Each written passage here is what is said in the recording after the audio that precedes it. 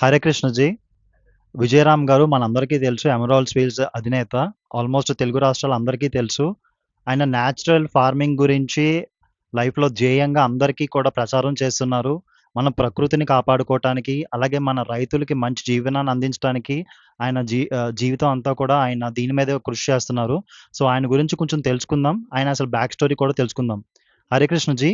మీరు అసలు ఎందుకు న్యాచురల్ ఫార్మింగ్ ఇంతలా మీరు ప్రమోట్ చేస్తున్నారు? దీని యొక్క బ్యాక్ స్టోరీ ఏంటో కొంచెం వివరంగా చెప్పగలరు? హరే కృష్ణ. మానవ సమాజం ముందు మనకి అతిపెద్ద సమస్యలు, సవాళ్ళు ఉన్నాయి ప్రస్తుత పరిస్థితిలో. వీటిని అధిగమించటానికి మనం చేయవలసిన పనుల్లో మొట్టమొదటిది భూతాపాన్ని తగ్గించాలి. ఈ భూతాపం పెరుగుతుంది, గ్లోబల్ వార్మింగ్, ఇది అతిపెద్ద సవాల్. ఇది ఎందుకు పెరుగుతుంది అంటే మనం మోనోకల్చర్ ఒకటి ప్రధానమైన అంశం. బహువార్షిక పంటలతో భూతాపాన్ని తగ్గించవచ్చు. మన 2 రాష్ట్రాల్లో ప్రధానమైన పంట వరి పంట. రెండోది చేపల చెరువులు అయిపోయినాయి. మూడోది పత్తి పండిస్తున్నారు. దీనివల్ల వైవిధ్యం దెబ్బతింది. తర్వాత మన భూమి యొక్క ఆరోగ్యం దెబ్బతింది. ఇది పెద్ద సవాళ్ళు. రెండోది సమాజానికి రైతు ద్వారా విష రసాయనాలతో పండించే రైతుల ద్వారా ప్రస్తుతం అందుతున్న ఆహారం సమాజం మొత్తం అనారోగ్యం కారణమైంది. అంటే సూక్ష్మ పోషకాలు, పోషక విలువలు లేని ఆహారం ప్రస్తుత సమాజం తింటుంది. ఇది రెండో సవాళ్ళు. మూడోది యువత గ్రామాలకి రావాలి. నగరాలు, విదేశాల్లో యువత ఉన్నారు. ఈ వ్యవసాయ సంస్కృతి ఇప్పుడు ఏదైతే ఉన్నదో అది గ్రామాల్లో యువకులు లేకపోతే ఇంత పెద్ద భారతదేశానికి నిజంగానే ఆహార భద్రత ఏర్పడుతుంది. అందుకని ఈ మూడు మనకి అతిపెద్ద సవాళ్ళు. భూతాపం పెరగటం, పోషక విలువలు, సూక్ష్మ పోషకాలు లేని ఆహారం, మూడోది యువకులు గ్రామాల్లో లేకపోవటం. ఈ మూడు అతిపెద్ద సవాళ్ళు. దీనికి సరైన సమాధానం శ్రీ సుభాష్ పాలేకర్ గారు కృషి విధానం. అది వీటికి సమాధానం చెప్పగలుగుతుంది. దీంట్లో మనం అవసరానికి మించి వరిని తగ్గించి పంటని ఎంతవరకు పరిమితం కావాలో అంత పరిమితం చేసుకుని ప్రతిమా భూమిని 5 దొంతర్ల పంటతో కానీ మనం చేయగలిగితే ఇవి బహువార్షిక పంటలు. దీంట్లో ప్రతి సంవత్సరం దున్నటము, నాటడం అనేది ఉండదు. ప్రతి రైతు ఆయనకున్న పొలంలో, అది మాగాణి అయినా మెట్టైనా, విధిగా 10% చెరువు తవ్వుకోవటం. చెరువు తవ్వుకోవటం వల్ల ఉపయోగం ఏంటి? చెరువు తవ్వుకోవటం వల్ల ప్రధానంగా భూగర్భ జలాల మీద ఒత్తిడిని మనం తగ్గించిన వాళ్ళు అవుతాం. మనం ఈరోజు వాడుతున్న నీరు, బోర్ల ద్వారా వాడుతున్న నీరు ఏదైతే ఉందో అది కొన్ని వందల సంవత్సరాల క్రితం వర్షపు నీటి నిల్వల్ని మనం టెక్నాలజీ ద్వారా తోడేస్తున్నాం. మళ్ళీ నింపటానికి చాలా సమయం పడుతుంది. ఇలా మనం టెక్నాలజీ మీద ఆధారపడుతూ నేర్చుకున్నాం కానీ నేచర్ మీద ఆధారపడుతూ అనేది నేర్చుకోవాలి. అంటే ప్రతి సంవత్సరం మనకి ఉచితంగా వర్షపు నీళ్లు వానదేవుడు ఇస్తున్నాడు. వాటిని దాచుకుంటాకి ఒక దారి, మార్గం కావాలి, చోటు కావాలి. అదే మనకున్న భూమిలో 10% చెరువు తవ్వుకుంటే నీటి నిల్వల్ని దాన్ని దాచుకోవటం వల్ల ఆ పైన ఉన్న ఏదైతే మనం వర్ష ద్వారా సేకరించిన నీరు ఉందో అది మనం సంవత్సరం మొత్తం తడిపెట్టుకుంటానికి సరిపోతుంది. ఇది మనం చేయాలి. దీంట్లో మనం మన భూమిని 10% వదులుకోవటానికి ఎవరు ఇష్టపడట్లేదు. ఇలా మనం ప్రతి సంవత్సరం ఇన్ని బోర్లు వేసి నీళ్లు తీసేస్తున్నాము. అది కాకుండా 10% చెరువు, 10% ఆ మట్టితో అడవిని నిర్మాణం చేసుకోవాలి. అంటే చెరువు నుంచి వచ్చే మట్టిని మాగాణి పొలాలైతే భూమిని ఎత్తు లేపుకోవాలి. ఎందుకంటే మాగాణిలో చెట్లు బతకవు. ఎందుకంటే చుట్టూతా సీపేజ్ ఉంటది కాబట్టి చెట్టు అనేది బతకదు. దాన్ని లేపుకోవాలంటే దానికి మాగాణి భూమి కన్నా 3 అడుగులు ఎత్తు మనం మెట్ట చేసుకోవటం వల్ల అటు చెరువు ఉపయోగంలోకి వస్తది. చెరువు ద్వారా వచ్చిన మట్టితో భూమి ఎత్తు చేసుకోవటం వల్ల మనం అక్కడ ఒక అడవిని నిర్మాణం చేస్తాం. ఆ అడవే బహువార్షిక పంటలు. ఇది ప్రతి వాళ్ళు చేస్తే మనం అనుకున్నట్టు భూతాపం తగ్గుద్ది. జీవ వైవిధ్యం మెరుగుపడతది. అంటే ఇప్పుడు మనకి కనిపించకుండా ఈ వృక్ష సంపదని పెంచే దాంట్లో కీలక పాత్ర తేనెటీగ, పక్షి. ఈ తేనెటీగ పాలినేషన్‌కి ఉపయోగపడుతదనమాట. ఒక రకంగా చెప్పాలంటే ఈ మానవ సమాజానికి ఆహార భద్రతలో ఒక వెన్నుముక్క లాంటిది తేనెటీగ. ఎందుకంటే తేనె అనేది మన ఆహారం కాదు. ఇది తేనెటీగల ఆహారం. ఆహ్, కొంతమంది వైద్యులు చెప్తున్నారు పొద్దున పూట వేడి నీళ్ళల్లో ఆహ్, ఒక స్పూను, 2 స్పూన్లు తేనె కలుపుకొని తాగమని. ఈ తేనె కష్టపడి సేకరిస్తుంది తేనెటీగ మన కోసం కాదు. వాళ్ళ సంతతిని పెంచుకుంటాకి తేనెటీగ ఒక 18 కిలోమీటర్ల దూరం ప్రయాణం చేసి రోజు ఒక చుక్కని తయారు చేస్తది తేనెటీగ. అది దాని సంతతి కోసం. మనకి భవిష్యత్తులో వర్షాలు కావాలి అనుకుంటే మనం తేనెని ముట్టుకోకూడదు. మనకి వర్షాలు వద్దు, ఇంకా వర్షాలతో పని లేదు మాకు, నీళ్ళతో పని లేదు అనుకుంటే తేనె తాగమని చెప్తున్నాను. మరి ఒకప్పుడు ఈ భూమి మీద తేనె వాడారు గదా! అని కొంతమంది మాట్లాడతారు. అవును. తేనె వాడారు. ఆయుర్వేదంలో తేనెని ఉపయోగిస్తారు. ఆ ఆయుర్వేదంలో వాడేది తేనెటీగ తొట్టి ఏదైతే ఉందో, దాని గూడు ఏదైతే ఉందో, అది వదిలి వెళ్ళిపోతది. దాంట్లో 4-5% తేనెను వదిలిపెట్టి వెళ్తది. దాన్ని వైద్యానికి వాడేవాళ్ళు. అంతేగాని మన ఇంటి మీదకి ఎవరైనా దాడి చేసి, మనం కష్టపడి సంపాదించిన ధాన్యము, డబ్బు తీసుకెళ్తే మనకి బాధ ఉంటదా? ఉండదా? అలాగే అదెంతో కష్టపడి, ఆ ఈగలన్నీ కష్టపడి సంపాదించుకున్న దాన్ని మనం ఎలా తీసుకుంటాం? ఒక్కసారి ఆలోచన చేయండి కదా! ఇలా మనం మన భూమిని పచ్చదనం నుంచి దూరం జరగటానికి ప్రధానంగా తేనెటీగల ఆహారాన్ని మనం తీసుకుంటాం వల్ల. అందుకనే దాన్ని తీసుకోకూడదు. ఈ రోజు నుంచి మానేయాలి. అలాగే తేనెటీగ ఏం చేస్తుంది? పిప్పడి రేణువుల్ని కలిపి పరపరాగ సంపర్కం పాలినేషన్ చేసి దాన్ని పువ్వుని పిందగా మారుస్తుంది. పింద సహజంగానే కాయగా అవుతది. కాయ పండవుతది. పండు అవ్వంగానే పక్షి వస్తది. ఆ పక్షి దాన్ని పండుని ఆహారంగా తీసుకొని ఆ గింజల్ని వేరే ప్రాంతాల్లో విసర్జిస్తుంది. అక్కడ ఒక మొక్క ఒక మానవుతది. ఇలా ఈ భూమండలం మొత్తం కూడా ఇంత పచ్చదనం రావటానికి ప్రధానమైన పాత్ర తేనెటీగ, పక్షి. దీని ద్వారా ఈ వృక్ష సంపద ఇంత పెరిగిందనమాట.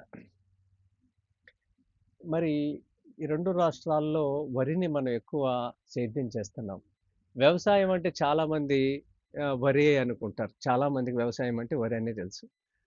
వరి అనేది మాగాణులను తయారు చేసుకున్నాక ఎంత సేద్యం మొదలైంది. మాగాణి భూములనేది మానవ నిర్మితాలు. మనిషి నిర్మించిన భూములు ఇవన్నీ. ప్రకృతి నిర్మించినవన్నీ ఇలా ఉండవు. ఎత్తు పొలాలుగా ఉంటది. కొండలు ఎలా ఉన్నాయి, నదులు ఎలా ఉన్నాయి, లోయలు ఎలా ఉన్నాయి.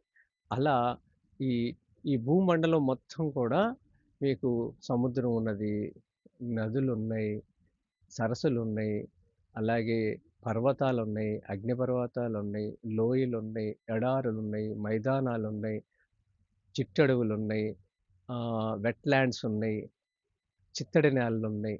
ఇవన్నీ కలిపితే ఒక భూమి అయింది కదా! అలాగే మనం ఇవేమీ కాకుండా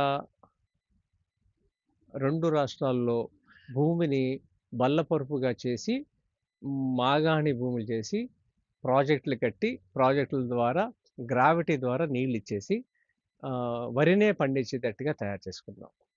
చూడండి మన కంచంలో మనం తింటున్న ప్లేట్‌లో అన్నం ఒకటే పెట్టిందా అమ్మ? అన్నం పెట్టలేదు కదా! అన్నంతో పాటు పచ్చడి పెట్టింది, కూర పెట్టింది, చారు పెట్టింది, మజ్జిగో, పెరుగో ఏదో ఏసింది కదా! ఇవన్నీ శరీరానికి ఎలా పోషకాలు అందాలో అలా మన కంచంలో ఇయన్నీ పెట్టింది. కానీ మనం ఏం చేస్తున్నాం? భూమి మీద ఒక వరే పండిస్తున్నాం. ఇలా పెట్టినప్పుడు సమతుల్యత దెబ్బతింటదనమాట. సమతుల్యత దెబ్బతినాలంటే అక్కడ పక్షి ఉండాలి, అక్కడ ఒక కీటకం ఉండాలి, అక్కడ ఒక వానపాము ఉండాలి, అక్కడ కప్పుండాలి. ఇవన్నీ ఉన్నప్పుడే మళ్ళీ వైవిధ్యం పెరుగుద్ది. ఇలా చేయకుండా మనం వ్యవసాయం చేస్తున్నాం. ఇది వ్యవసాయం కాదు, విధ్వంసం. రెండోది ఒక కిరాణా షాప్ ఉందనుకోండి. కిరాణా షాప్ ఒక ఊర్లో ఉందంటే కిరాణా షాపు అంటే జనరల్ స్టోర్ అంతే కదా! దాంట్లో పేరు అలా పెట్టి బియ్యం ఒకటే అమ్మాడనుకోండి. అదేమవుతది? కిరాణా షాప్ అవుతదా? అవ్వదు కదా! బియ్యపు షాప్ అవుతది. అలాగే మనం వ్యవసాయం అని అంటున్నాం గానీ, వరి ఒకటే పండిస్తున్నాం. వరి ఒకటే పండిస్తే వ్యవసాయం కాదు. నీ కంచంలో ఏమున్నాయో అయన్నీ నీ పంట పొలంలో ఉంటే అది వ్యవసాయం అవుతది. సంపూర్ణ వ్యవసాయం. ఇలా చేయకుండా షాపు కిరాణా షాప్ అని పెట్టి, వట్టి బియ్యం అమ్మితే ఎంతమంది కొంటారు? కొనరు కదా! పప్పు కావాలి, నూనె కావాలి, బెల్లం కావాలి, ఉప్పు కావాలి. ఒక షాపు సస్టైన్ అవ్వటానికి ఇవన్నీ వస్తువులు అమ్మితేనే ఆయన సస్టైన్ అవుతారు. అలాగే మనం వరిని కూడా ఒకటే పండించి సస్టైన్ అవ్వాలంటే ఎలా అవుతారు? అవ్వరు. ఆధారపడుతున్నాం మనం. ప్రభుత్వాలు ఇచ్చే స్కీముల మీద ఆధారపడుతున్నాం. వాళ్ళు ఆధారపడక్కర్లా. సూర్యుడు ప్రతిరోజు మనకు దర్శనమిస్తున్నాడు. సూర్యుడి దయ వల్ల మనం ఈ పంటలన్నీ పొందుతున్నాం. అలా పండుతున్నప్పుడు నేను ఒకటే పండిస్తానని కూర్చోవటం సిద్ధాంతం ఏంటి? ఇది మారాలి. ఈ ఆలోచనలు మారాలి. సూర్యుడి వల్లే మనమందరం బతుకుతున్నాం. అడవి బతుకుతుంది, పంట పొలాలు బతుకుతున్నాయి, పశుపక్షాదులు సూర్యుడి దయ వల్ల బతుకుతున్నాం. అలాప్పుడు మనం మోనోకల్చర్ చేయటం ఎంతవరకు? ఒక కిరాణా షాప్ అయితే ఎలాగైతే స్వయం సమృద్ధిగా నడవట్లేదో, బియ్యం ఒకటే అమ్ముకుంటే నడవలేదో, అలాగే మన వ్యవసాయం కూడా అలాగే ఉంది. అందుకనే దీన్ని ఒక సూపర్ మార్కెట్ లాగా, ఒక కిరాణా కొట్టులాగా మన పొలాన్ని చేస్తాం. దీన్నే బహువార్షిక పంటలతో చేసేది 5 దొంతర్ల పంట. దీనికి సౌభాగ్యం అని పేరు పెట్టుకున్నాం. సౌభాగ్యం అంటే ఏంటి? సకలం అన్ని వస్తువులు మన దగ్గర ఉన్నాయి. సౌభాగ్యంగా ఉన్నాం. మనకి ఏ చీకు చింత లేదు. అన్నీ కలిసి మనం కలిసి అన్ని వస్తువులతో మనం జీవనం సాగిస్తున్నాం. దీన్ని సౌభాగ్యం. ఇప్పుడు దరిద్రానికి, దౌర్భాగ్యానికి కూడా చెప్తా నేను. దరిద్రం అంటే ఏంటంటే ఎడారి దేశాలు.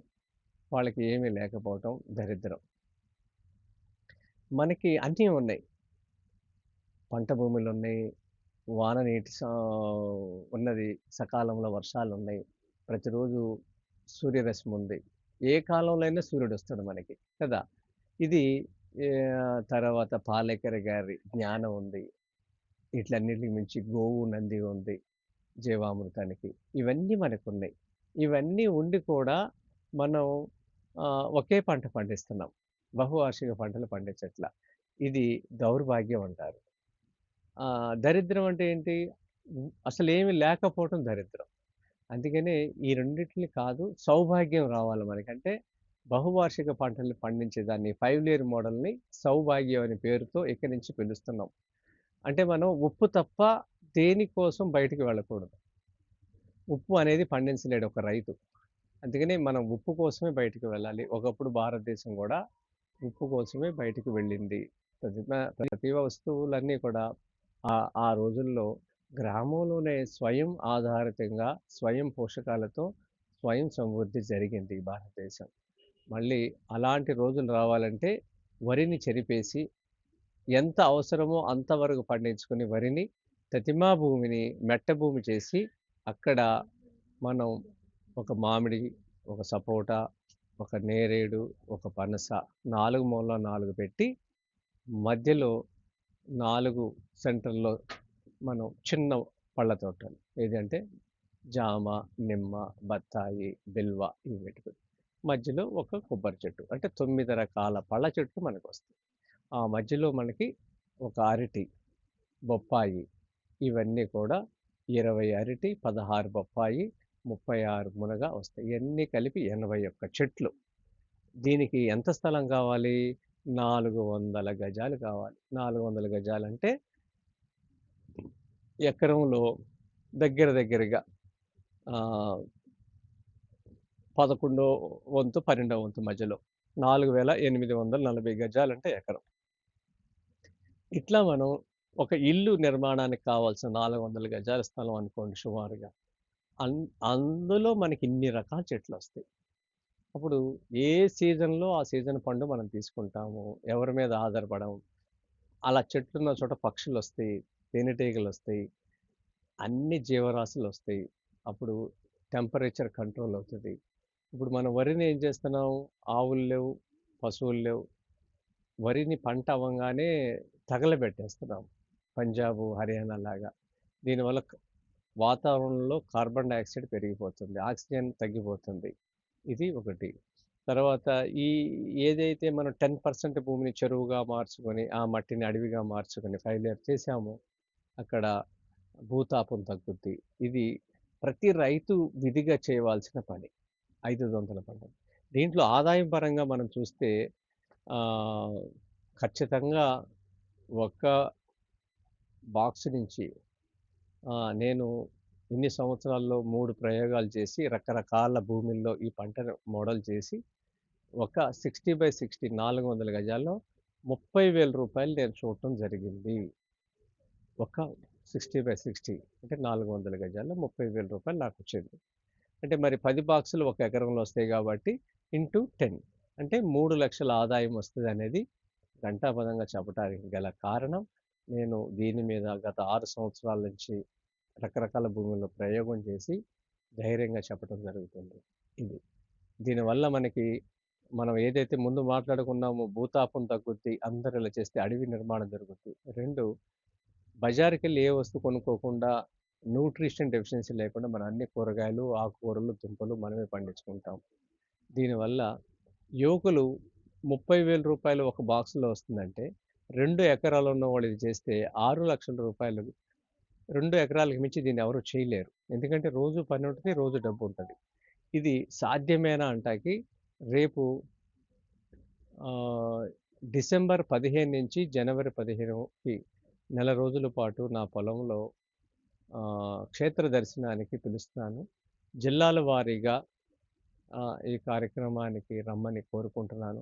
ఎందుకంటే దీనివల్ల అడ్వాంటేజ్ ఏంటంటే, ఒకే జిల్లా నుంచి 100 మంది వస్తే, యువకులందరూ కలిసి చర్చించుకోవటానికి, తద్వారా నిర్మాణం చేసుకుందాం అన్నప్పుడు మొక్కలు, విత్తనాలు, మార్కింగు, బెడ్స్ వేసుకోవటానికి ఒక టీమ్ వర్క్ జరుగుద్ది. ఇలా వచ్చి నా దగ్గరికొచ్చి చూసిన తర్వాత సంతృప్తి పడినాక, మళ్ళీ కావాలంటే వాళ్ళ జిల్లాకి నేనొస్తాను. వాళ్ళ పొలంలో నేను మోడల్ మళ్ళీ చేసి చూపిస్తాను. బెడ్స్ ఎలా వేయాలి, ట్రెంచెస్ ఎలా తీయాలి, తర్వాత ప్లాంటేషన్ ఎలా చేయాలి, మార్కింగ్ ఎలా చేయాలి, ఇయన్నీ కూడా నేను వచ్చి మళ్ళీ చెప్తాను. అందుకనే జిల్లాల వారీగా రండి అని పిలుపునివ్వటం జరిగింది.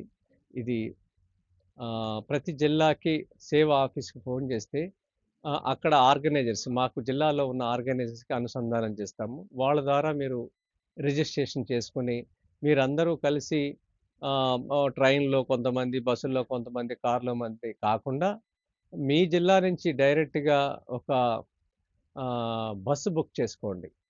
దీనివల్ల ఏమవుద్దంటే మధ్యలో మీరు మాట్లాడుకుంటాకవుతది, చర్చించుకుంటాకవుతది. మీ అందరికి ఒక సంబంధాలు ఏర్పడతాయి. ఎంతమంది మీ జిల్లాలో ఉన్నారన్నది మీకు ఒక క్లారిటీ వస్తది. అందుకనే జిల్లా 2 బస్సుల్లో వచ్చారనుకోండి 50, 50, 100 మంది. మీరందరికి ఒక శక్తినొస్తదనమాట. కలిసి ఉన్నామని. ఇవి పండించిన తర్వాత మార్కెట్ చేసుకుంటా కూడా వీలవుతది. అక్కడ డ్రైయర్స్ పెట్టాము. మునగాకుతో ఎంత ఆదాయం వస్తది. అలాగే అరటి పండుతో ఎంత ఆదాయం వస్తది.